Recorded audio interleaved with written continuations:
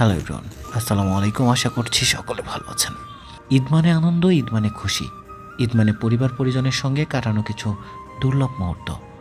দীর্ঘ এক অপেক্ষার পর কর্মজীবী মানুষ যখন পরিবার ও আপনজনের সান্নিধ্যে ঈদের ছুটি কাটায়, তখন সেই সময়টুকু হয়ে ওঠে স্বপ্নের মতো। কিন্তু আনন্দের এই মুহূর্ত চিরস্থায়ী নয়। ঈদের ছুটি শেষে আবার কর্মস্থলে ফিরে যাওয়ার সময় এলেই হৃদয়ে নেমে আসে এক ধরনের ব্যথার অনুভূতি। ব্যথাতুর হৃদয়ে অশ্রুসিক্ত নয়ন পরিবার পরিজনকে বিদায় জানিয়ে কর্মস্থলের উদ্দেশ্যে যাত্রা করা যেন এক কঠিন বাস্তবতা হয়ে ওঠে। সামাজিক ও পারিবারিক বন্ধনের ক্ষেত্রে ঈদ শুধুমাত্র একটি ধর্মীয় উৎসব নয়, বরং এটি এক গভীর আবেগের প্রতিচিত্র।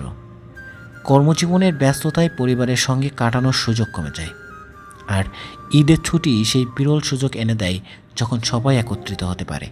এই সময়টুকুতে পরিবারের হাসি, আনন্দ, ভালোবাসার বন্ধন এবং শৈশবের স্মৃতিচারণ এক অনন্য অনুভূতির সৃষ্টি করে। কিন্তু সময় যত দ্রুত বয়ে যায়, ছুটি ফুরিয়ে আসে। বিদায়ের মুহূর্ত সবসময় আবেগঘন হয়ে থাকে। পরিবারের ছোট শিশুরা যখন হাত ধরে রাখে, মা যখন স্নেহমাখা মুখ নিয়ে বিদায় দেন, বাবা যখন দায়িত্বশীলতার অনুভূতি মনে করিয়ে দেন, সব মিলেই সেই মুহূর্ত হয়ে ওঠে এক হৃদয়স্পর্শী ঘটনা।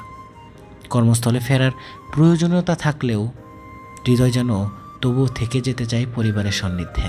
কিন্তু বাস্তবতা হলো, কর্মজীবনের চাকা সচল রাখতেই হবে। ব্যক্তি ও পরিবার উভয়ের জীবিকা নির্বাহের জন্য কাজ করা এক অপরিহার্য কর্তব্য। প্রিয়জনদেরকে ভালো রাখার জন্য স্বপ্ন নিয়েই মানুষ কর্মস্থলে এগিয়ে যায়। কষ্ট সত্ত্বেও দায়িত্বের তাগিদে সামনে চলতে হয় তাদের।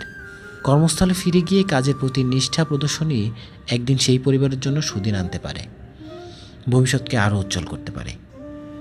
বন্ধুরা, আপনারা যারা কর্মস্থলের উদ্দেশ্যে রওনা হয়েছেন, সবাই সাবধানে দেখে শুনে কর্মস্থলে যোগদান করুন। আজকের মতো এই পর্যন্তই। দেখা হচ্ছে পরবর্তী কোনো ভিডিওতে। সে পর্যন্ত সকলে ভালো থাকবেন। আসসালামু আলাইকুম।